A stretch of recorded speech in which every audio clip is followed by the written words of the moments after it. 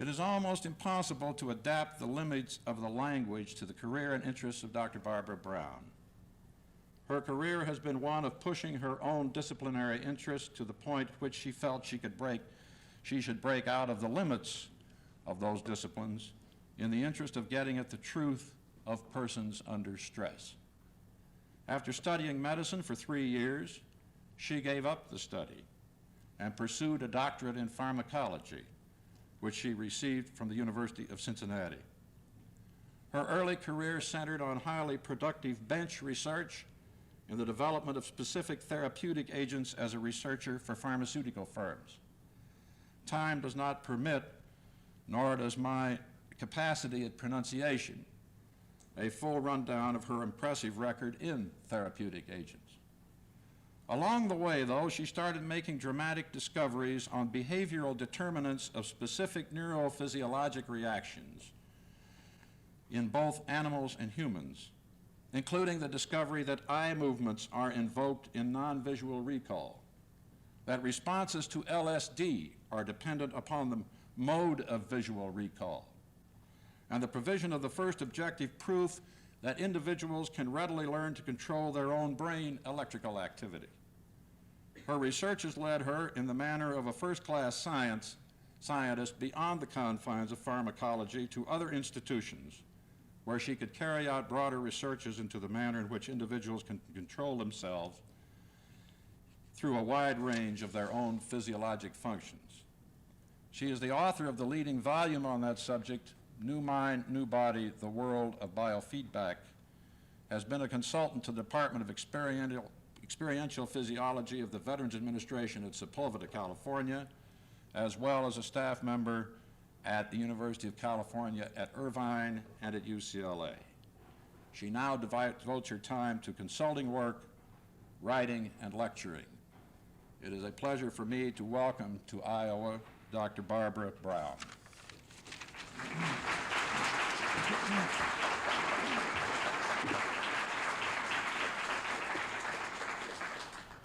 Thank you very much.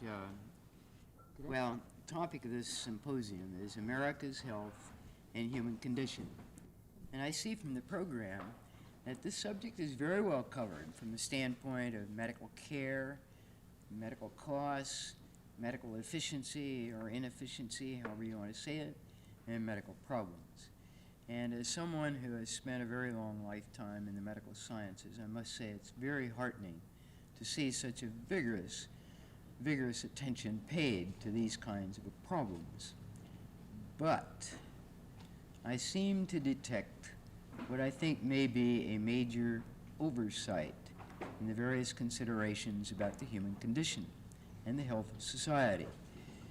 And perhaps that's why I'm here, to talk about this oversight and how it affects health and illness and what we can do about it. Well, the area of neglect that I'm talking about is the area of social stress. That is, stress on us of psychologic origin. The stress, thank you, I like it too. The stress that we face every day on modern age health and illness. Now, I think that the extraordinary, really extraordinary magnitude of the effects of social stress on America's health has been unconscionably neglected. It has been neglected in spite of the fact that it is estimated that upwards of 75% of all disorders, illnesses, and problems today are caused by the stress of trying to cope with living in today's very fast-paced society. And yet, in spite of this acknowledgement, there is no unified, systematic attack on the surprising, even shocking effects of stress in virtually every problem, every disturbance, and every illness of modern man. So what I hope to do this evening is to present a synthesis of all of the things that we have learned recently about stress-related problems, what they are, how they're caused, and some idea about how stress problems can be both treated and prevented. I was going to give you a little bit of note about my own background, but I see it's already been done.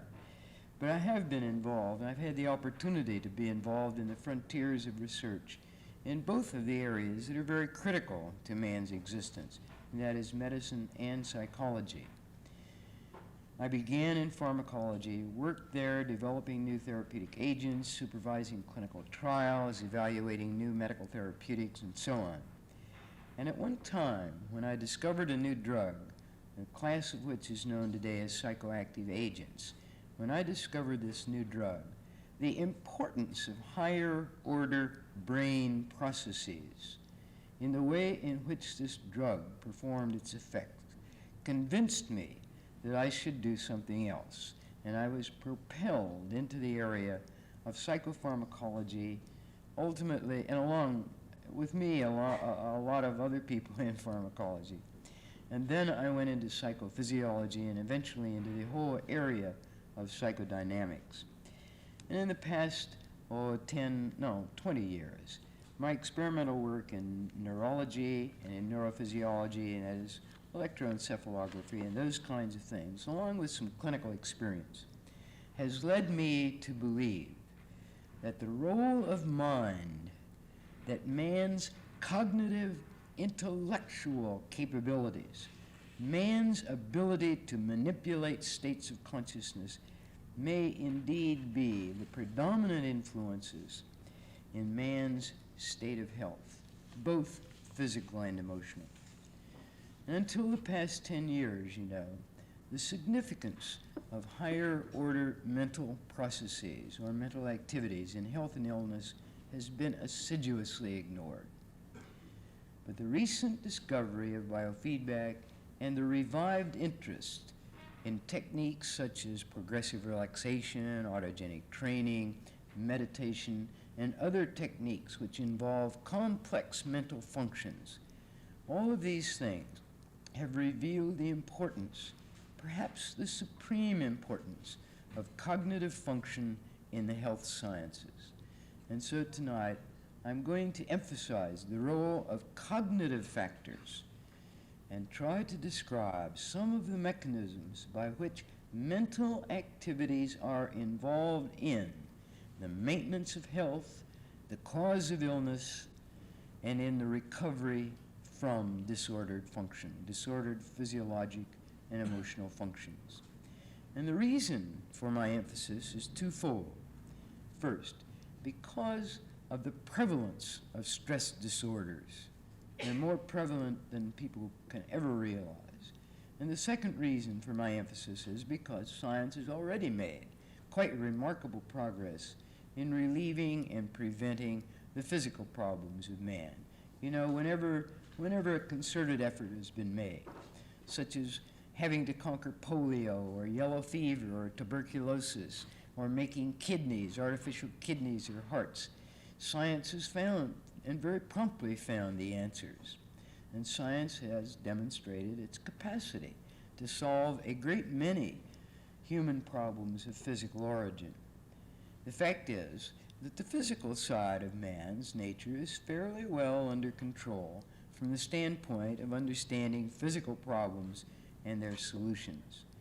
But what is not under control, and what is fundamental to man's health, and is only now beginning to be understood, are the afflictions of civilization, the so-called diseases of society. And as society becomes more congested and more complex, the stress of living, the stress of being human, a civilized and social human being, that stress of performing those functions takes a greater and greater toll of human energy, takes a greater toll of human health, and a greater toll indeed of human life itself.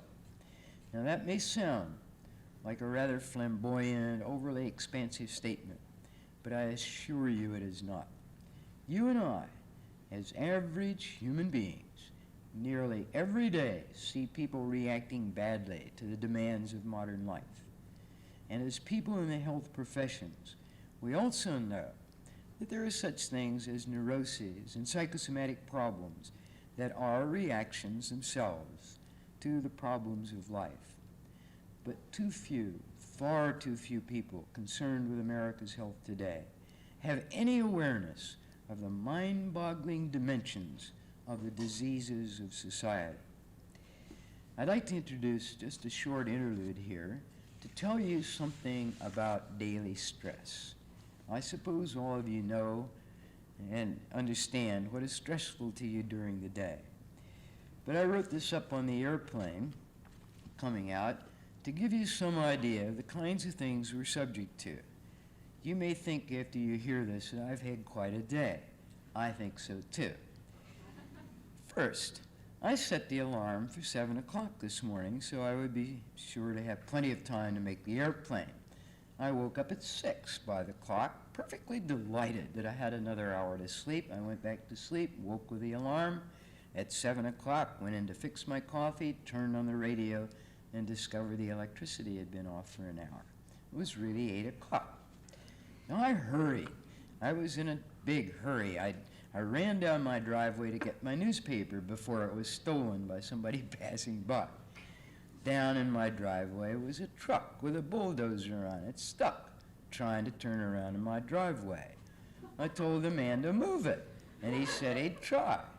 And incidentally, the truck, in trying to turn around, had shredded my newspaper. I rushed back in the house, only to find that my little dog, I have 2 dogs, a big and a little, only to find the little dog had vomited gunk all over the carpeting that had just been put in last week. Brand new carpeting. So I went to the kitchen and got my coffee along with a bowl of soapy water and a scrub brush, and I was frantically trying to scrub out the stain. When my big dog, knowing that I was leaving, longed to kiss me and knocked over the coffee on the new carpet. I cleaned that up. I went in and took a bath. I just stepped in the bathtub and got all nice and wet and sudsy when the telephone rang. And dripping all over the new carpet, I answered the telephone. Wrong number. I had to close up the house and lock it up. And I found the painters had painted the windows, just all stuck together. I rushed out and got a mallet and banged the windows, and I finally got them closed. I rushed out of the house and tripped over the little dog on the way out. I got into my car. I had just paid $500 last week to get it repaired. It wouldn't start. I fiddled with it frantically. I started the car. I raced down the hill toward the freeway, not knowing a cop was following me. After the ticket was all settled, I cautiously drove to the freeway. Surprise. At 10 o'clock, the freeway was jammed, bumper to bumper. There was an accident up ahead. So I decided to take an alternate route.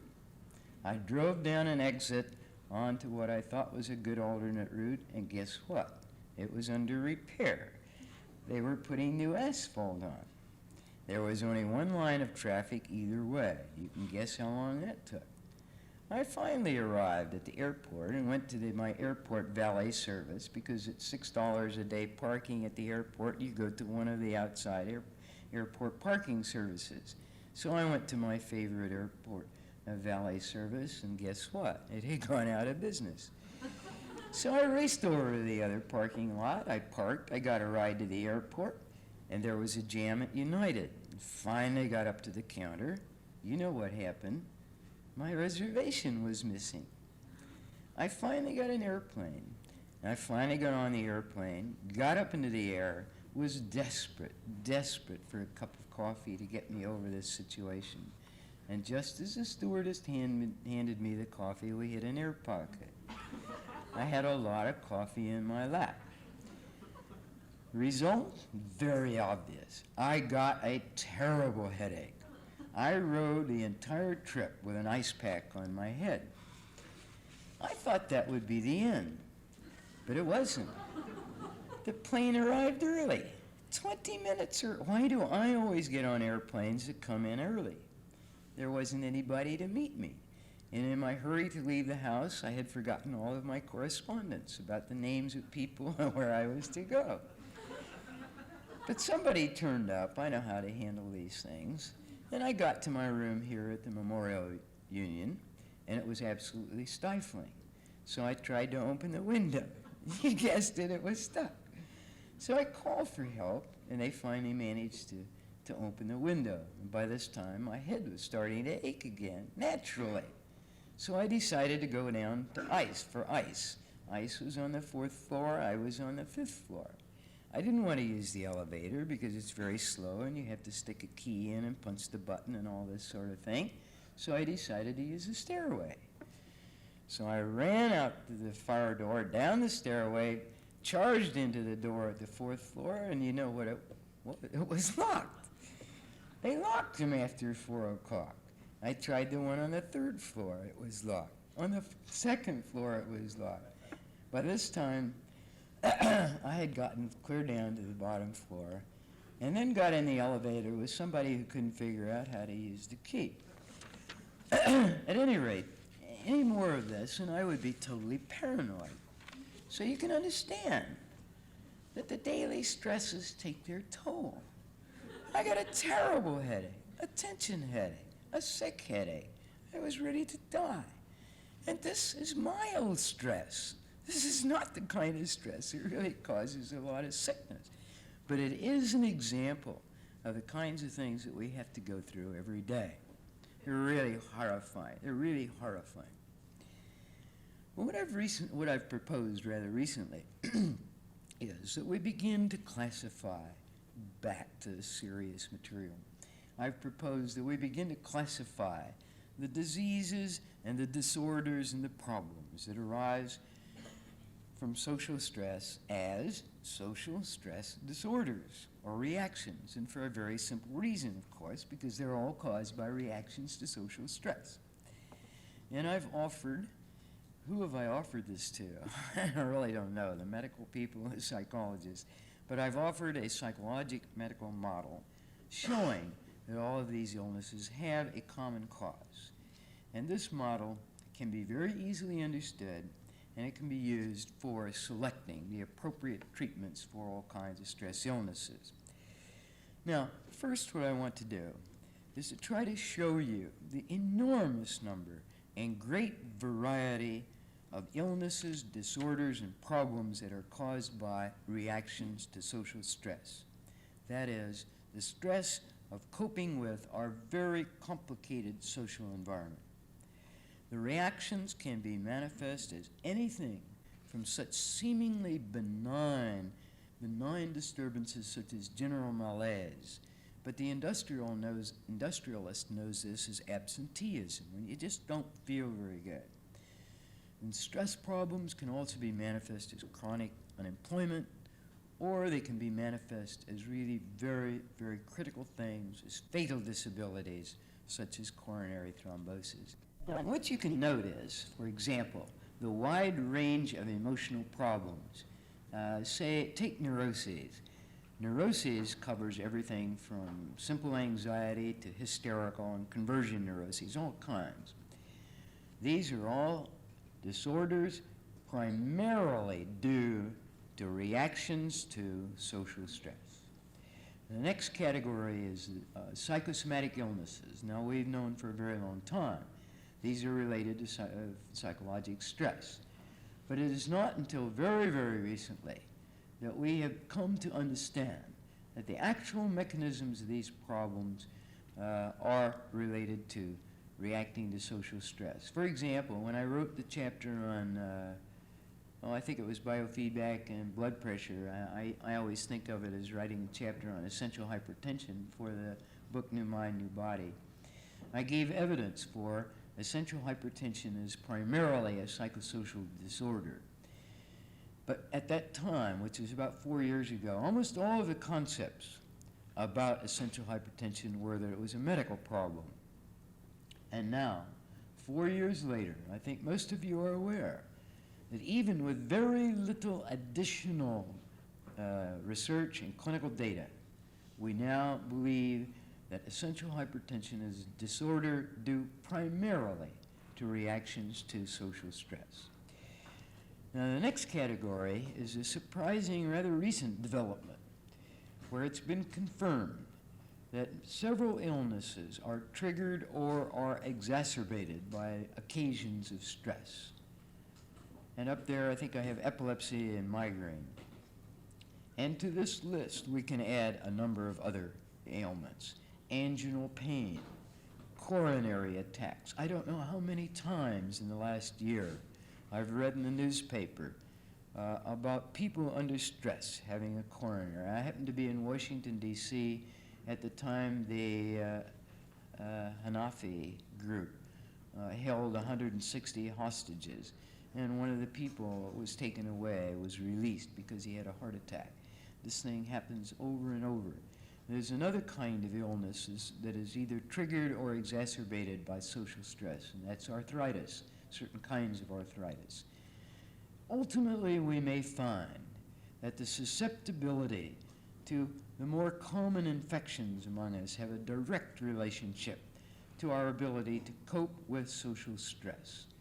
It is currently being suggested that many kinds of endocrine disorders also go hand in hand with reactions to social stress, such things as diabetes and thyrotoxicosis. And the next category, psychological adjustment problems, those really fill all of the psychology textbooks, as do the next category.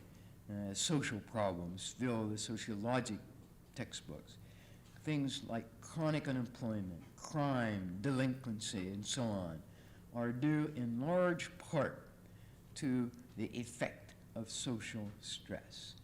And to this list that I have on the slide could be added one other very important category, and that is the effect of social stress on one who is just ill from any cause at all. Being ill, no matter why the illness has occurred, the fact that you are ill simply aggravates the illness and slows the recovery. Oh, a slipped disc and having to be in traction, or having pneumonia, or whatever. All of these kinds of problems and illnesses are accompanied by the worry of not being able to perform as expected or as desired, or the fear of the outcome, or other worries. And all of this is a severe stress that makes the illness worse and delays recovery. Now, if you put figures with all of these disorders and all of the ones that I've been talking about, it's not difficult to see why stress disorders constitute upwards of 75% of all human illness, as I said before. As a matter of fact, I've been outdone. The LA Times recently reported an authority as saying that 90% of all human illness was due to stress. Now, it's a large figure, because what other kinds of illnesses do we really have? Not terribly many other kinds. We have infections, physical illnesses, physical injury, congenital abnormalities, and abnormalities of tissue growth, and that's about all I can think of. But the list of stress-related problems that I've given on this slide, and the ones that I've mentioned in addition, are only those kinds of illnesses that have been medically or psychologically defined. Just think of all of the stress problems that are never seen by therapists: general emotional immaturity, mild neuroses, discouragement, underachieving, and other very mild, moderate reactions to stress that go untreated but nonetheless do interfere with general health and happiness. Now, I've said that all of these diverse stress problems have a common denominator. The medical tactic through the years has been to try to pin a specific cause to a specific kind of illness. Each of these illnesses they would try to pin a specific cause to. And that tactic has never worked. Nothing has ever come of it. And so I come along and just use layman's language, and I simply call the underlying cause of all of these problems the, quote, worry syndrome. You can turn the slide off if you want. The worry syndrome can be either conscious worry or subconscious worry. And this syndrome, the worry syndrome, is made up of anxiety and apprehension and insecurity, feelings of inadequacy, and related kinds of emotions. Now, medicine and psychology usually write off emotional or psychosomatic and social problems as, quote, emotional reactions. What a lot of hogwash. This is a chronic blindness and stupidity of the therapeutic sciences speaking. Theorists are speaking who have removed themselves from reality. You can't have emotional reactions to social situations without intellectual, mental activity. It's impossible. You're not an animal. You're not a one-celled organism that's reacting to an environment. You are a thinking individual. And when you face a social problem, you use your mind to understand what is going on out there. Now, these emotions of anxiety, apprehension, insecurity, and so on are all rooted in an intellectual concern about adequate social performance, meeting social criteria, about ensuring a sense of social well-being, yes, even of social survival. These are all social concerns, but they are also expressions of a disturbed intellect. And I don't mean a screwed up intellect. I mean an intellect that is disturbed about the way in which one's social relationships are perceived and interpreted. And that's what I mean by social stress. Social stress can be defined as the subjective appreciation, that is, the subjective feeling, the sensing of a problem in one's social environment or with one's social relationships. It is really the way in which the social environment is perceived and perceived to contain a problem. But social activity is integral to all human activity. So what can possibly happen in social activity that we perceive part of it as being stressful to us? The actual social events around a person provide the information about social life available for the perception. But the meaning about the social environment, about social relationships, the meaning is supplied by the intellect that interprets the social activity out there. And if it were not for expectations manufactured by the intellect from learning, from social custom, and a myriad of other influences, if it were not for our expectations, there would be few problems in social life. So, social stress really starts from or with our expectations and our perceptions. Social stress, the stress out there in our society, in our social environment, does not in fact become stress until mental processes interpret the social situations as being stressful. But there is no problem, no amount of social data that is perceived as a problem unless the perceiver expects something other than that is. So the first mental event in reactions to social stress is the expectation of the individual. After that, there is a sequence of mental activities that act to cause the individual to react, both emotionally and physically. You expect, or I expect I'm doing okay on the job, or I might expect a promotion, or I might simply expect to get by. Those are my expectations. And the next step down is the actual perception. In this case, the person is saying to himself, the boss seems a little cool. He doesn't seem quite as friendly before. That's how the individual perceives or interprets the other person's social behavior. And the next step is comparing the expectation with the perception.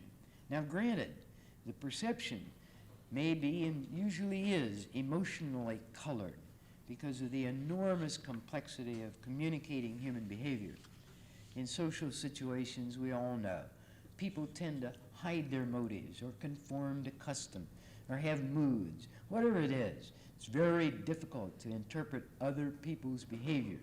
Just isn't enough information out there in the social world to make some truly accurate appraisal of social events. At any rate, unless a person is very wise or mature or just doesn't give a damn, comparing the expectations with the perceptions can and usually does lead to finding some kind of disparity. And when this disparity is important to the individual, that's where the problem really begins.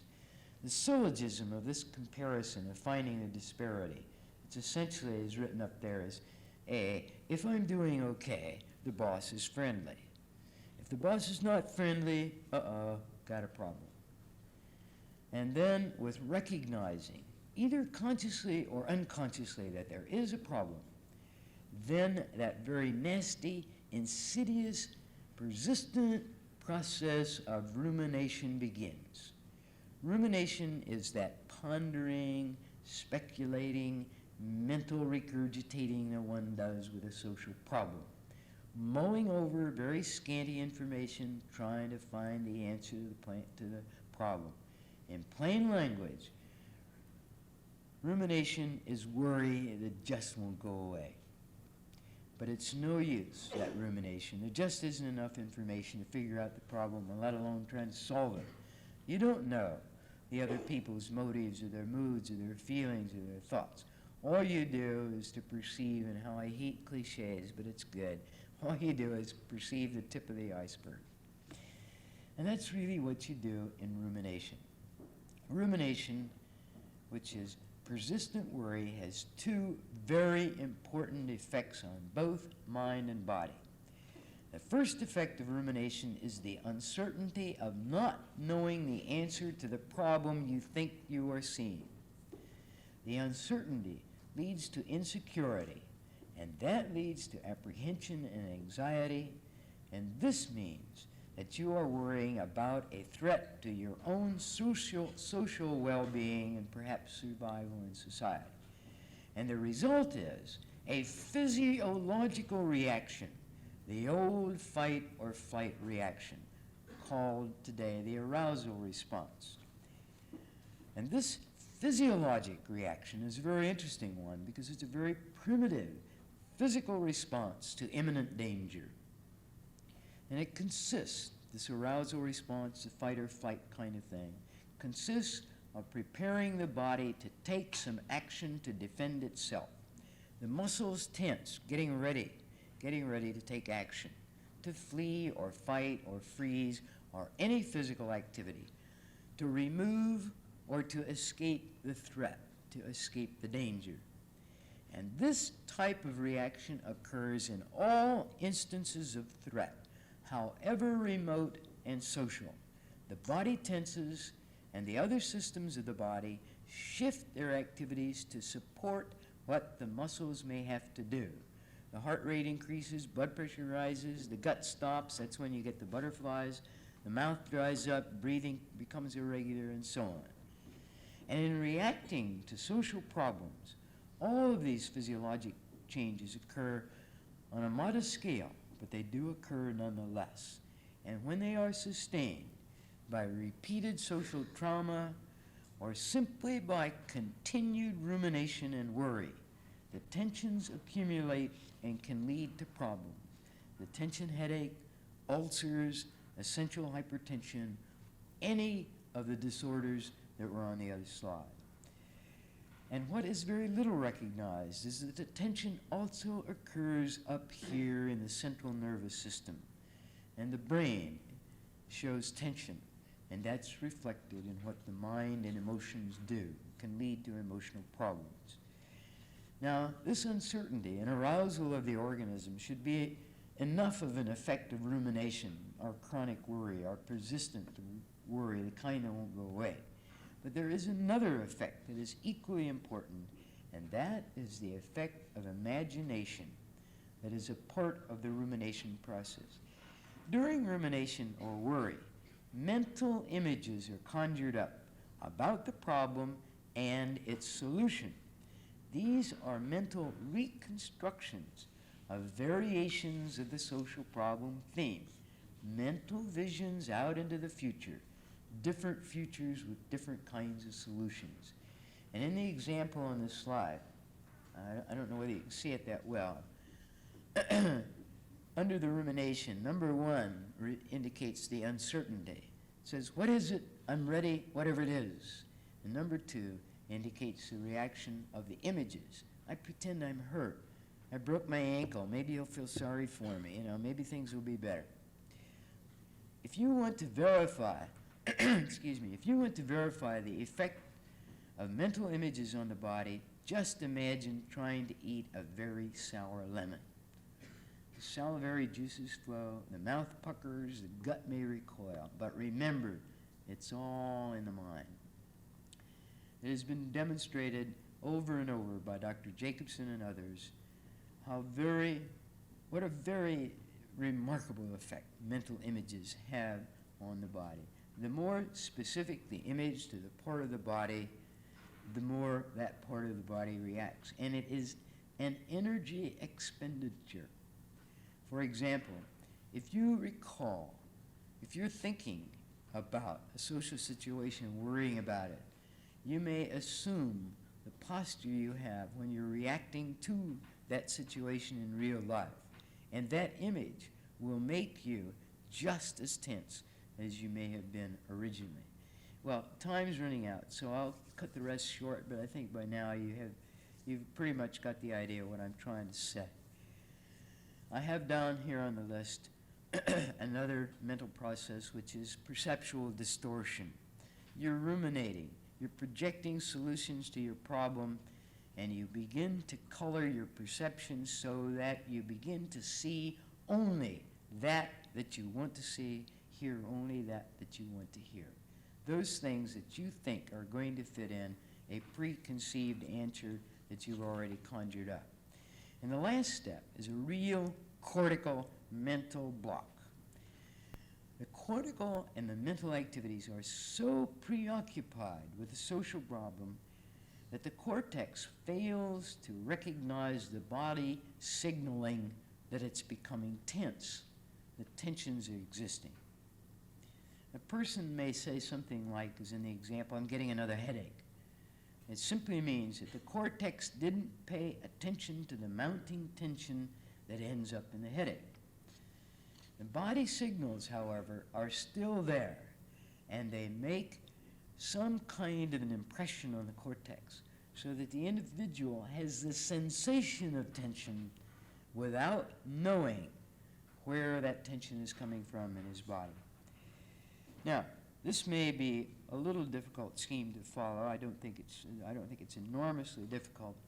But what this kind of a model does indicate is that we could solve our stress reactions if this is any kind of a valid picture of what goes on when we're reacting to stress.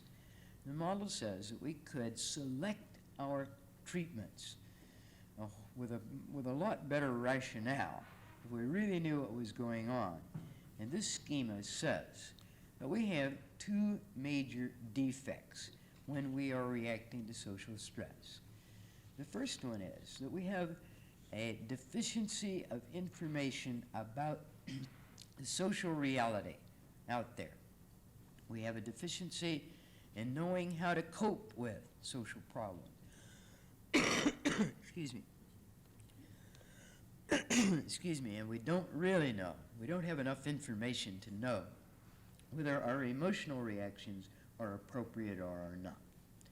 And the second defect in this scheme shows is that we do not have any information, or we are not getting any information through to the cortex about how the body is reacting. We don't have information enough to discriminate whether the way we are behaving physiologically is appropriate or not appropriate. And there are answers today to treat and prevent all of these enormous numbers of kinds of stress problems. We have, for example, psychotherapy, counseling, and many varieties of psychologic techniques which can give people the information they need about the social reality, about whether their emotional reactions are appropriate, about coping with social situations. We have those things available today. Well, what we really didn't know was how terribly important it was for a person to know these social things in treating and preventing their illnesses. And the second kind of information that a person needs to prevent or to recover from any of these kinds of stress reactions is the biological or physiological information. We have available today techniques which we can use to give a person that kind of information. And because time has pretty much run out, I can just run them down for you. They're biofeedback, progressive relaxation, autogenic training, desensitization, imagery, and meditation. These are the major physiologic techniques, which are really cognitive techniques.